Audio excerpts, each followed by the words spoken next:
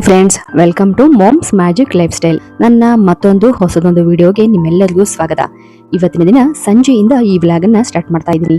ಈ ಒಂದು ಪಾಸ್ತಾನ ಸಖತ್ ಟೇಸ್ಟಿಯಾಗಿ ತುಂಬಾ ಫಾಸ್ಟ್ ಆಗಿ ಯಾವ ರೀತಿಯಾಗಿ ಮಾಡ್ಬೋದು ಅಂತ ಬನ್ನಿ. ಅದಕ್ಕೆ ಮೊದಲು ನಾವು ಯಾವ್ದಾದ್ರು ಒಂದು ಪಾಸ್ತಾ ಪೌಡರ್ ಇದ್ರೆ ಸಾಕು, ಮತ್ತೆ ಮ್ಯಾಗಿ ಮಸಾಲ ಹಾಕಿದ್ರೆ ಮಾತ್ರ ಟೇಸ್ಟ್ ಸೂಪರ್ ಆಗಿರುತ್ತೆ. ಆಸ್ ಯೂಶುವಲ್ ಸಾಮಾನ್ಯವಾಗಿ ಪಾಸ್ತಾಕ್ಕೆ ಯಾರು ಮ್ಯಾಗಿ ಮಸಾಲಾನ ಹಾಕಲ್ಲ, ಬಟ್ ಒಮ್ಮೆ ಹಾಕಿ ನೋಡಿ, ತುಂಬಾನೇ ಟೇಸ್ಟಿಯಾಗಿ ಬರುತ್ತೆ.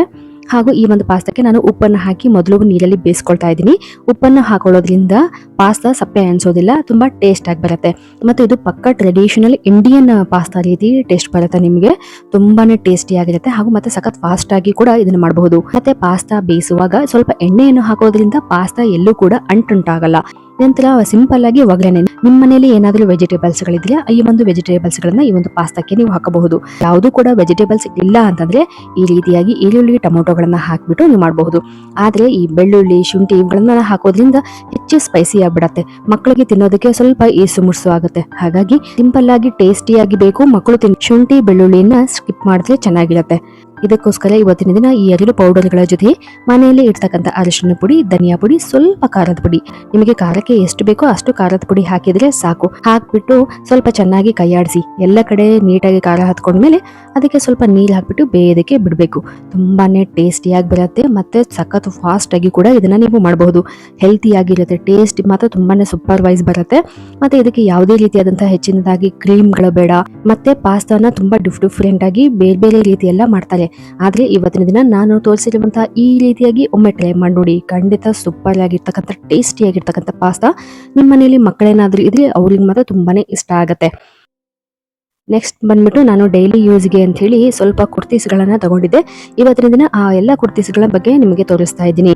ತುಂಬಾನೇ ಚೆನ್ನಾಗಿದೆ, ಡೈಲಿ ಯೂಸ್ ಮಾತ್ರ ತುಂಬಾ ಪರ್ಫೆಕ್ಟ್ ಆಗಿ ಅನ್ಸುತ್ತೆ. ಇವು ಯಾವುದನ್ನು ಕೂಡ ನಾನು ಆನ್ಲೈನ್ ಅಲ್ಲಿ ತಗೊಂಡಿಲ್ಲ, ಶಾಪ್ ಅಲ್ಲೇ ತಗೊಂಡಿರೋದು. ಮತ್ತೆ ಈ ಒಂದು ಟಾಪ್ ಇದೆಯಲ್ಲ, ಇದು ಕಾಟನ್ ಮಟೀರಿಯಲ್ ಬರುತ್ತೆ, ಥ್ರೆಡ್ ವರ್ಕ್ ಇದೆ, ತುಂಬಾನೇ ಚೆನ್ನಾಗಿದೆ, ಎಲಿಗೆಂಟ್ ಆಗಿ ಕಾಣ್ತಾ ಇತ್ತು.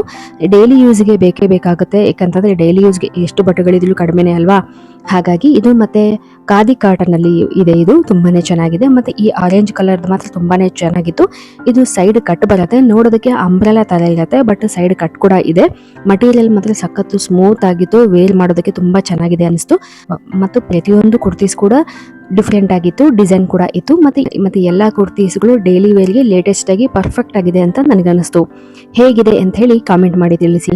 ನೆಕ್ಸ್ಟ್ ಎಲ್ಲ ಆದ್ಮೇಲೆ ಸಂಜೆ ಆದ್ಮೇಲೆ ರಾತ್ರಿ ಡಿನ್ನರ್ಗೆ ಏನಾದ್ರೂ ಪ್ಲಾನ್ ಮಾಡ್ಲೇಬೇಕಲ್ವಾ.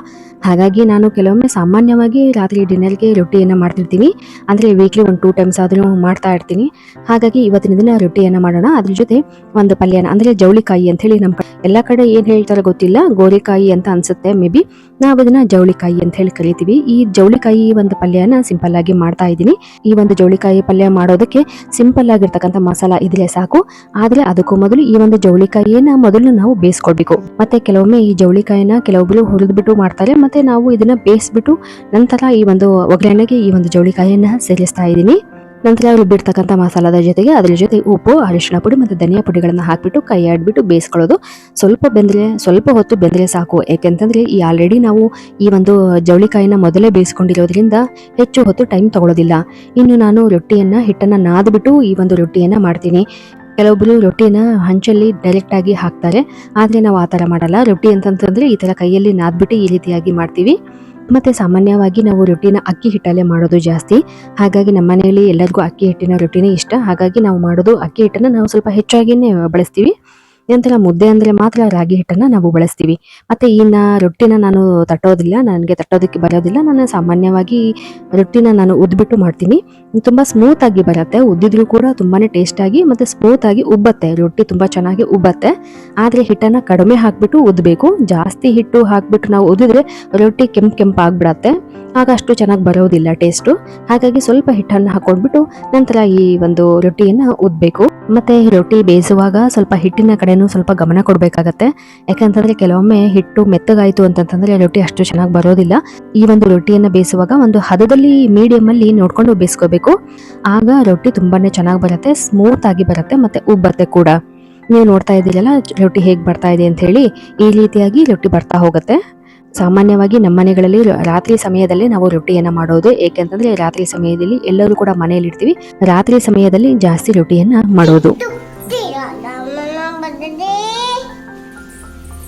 ಇನ್ನು ಇದು ರೊಟ್ಟಿ ಮಾಡುವಾಗ ನನ್ನ ಚಿಕ್ಕ ಮಗ ಬಂದಿದ್ದು ಅವನ ಮಾತುಗಳು ಹೀಗಿವೆ ಆಗಿದ್ರೆ ಮತ್ತು ಇವತ್ತಿನ ದಿನ ಮಾಡಿರುವಂತಹ ಈ ಒಂದು ವಿಡಿಯೋ ತಮ್ಮೆಲ್ಲರಿಗೂ ಇಷ್ಟವಾಗಿದ್ರೆ ದಯವಿಟ್ಟು ನಮ್ಮ ವಿಡಿಯೋಗೆ ಲೈಕ್ ಮಾಡಿ ಮತ್ತು ನಮ್ಮ ಚಾನಲ್ ಅನ್ನು ಸಬ್ಸ್ಕ್ರೈಬ್ ಮಾಡಿ. Thank you for watching. Bye. ಮತ್ತೆ ಸಿಗ್ತೀನಿ.